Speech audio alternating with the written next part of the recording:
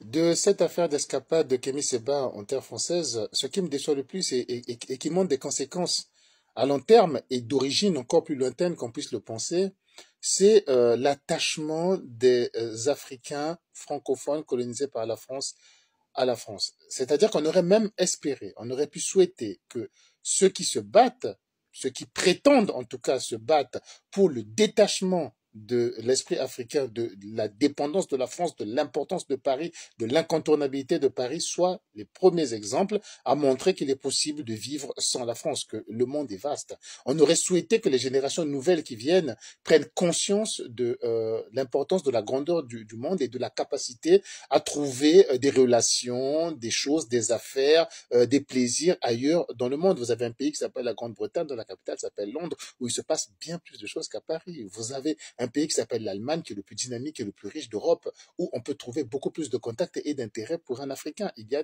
un pays qui s'appelle les États-Unis d'Amérique, qui est la plus grande puissance mondiale. Il y a un pays qui s'appelle la Chine, qui mériterait à ce qu'on puisse tisser des relations très approfondies avec ce pays-là pour développer des amitiés, des échanges intellectuels, culturels, commerciaux, dans tous les sens. Mais nous restons bloqués sur cette incontournabilité de Paris, comme l'ont fait nos aînés, comme le font les générations actuelles et comme le font malheureusement ceux qui prétendent se battre contre cette influence française. Évidemment, le combat contre cette influence sur des faits qu'ils avancent sont faux, c'est pas ça qui est important. Il n'y a pas d'entreprise minière française qui exploiterait des mines en Afrique, c'est faux. Le franc CFA n'est pas une monnaie qui permet d'enrichir l'Afrique et qui serait fabriquée en France, c'est complètement faux.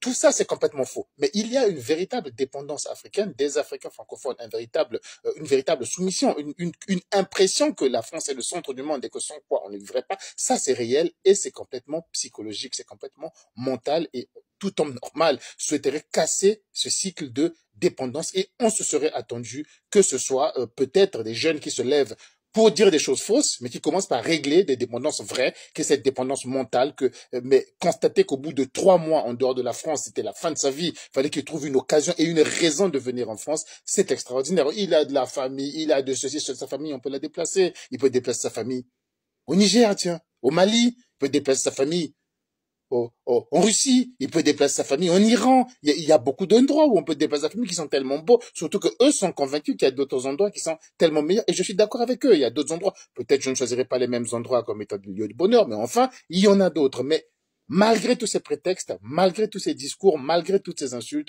on en retombe toujours à se comporter comme un Idriss Déby, comme un Sassou Nguesso, comme je ne sais quel autre tyran qui doit avoir un pied à terre à Paris, qui doit trouver des justifications pour être à Paris.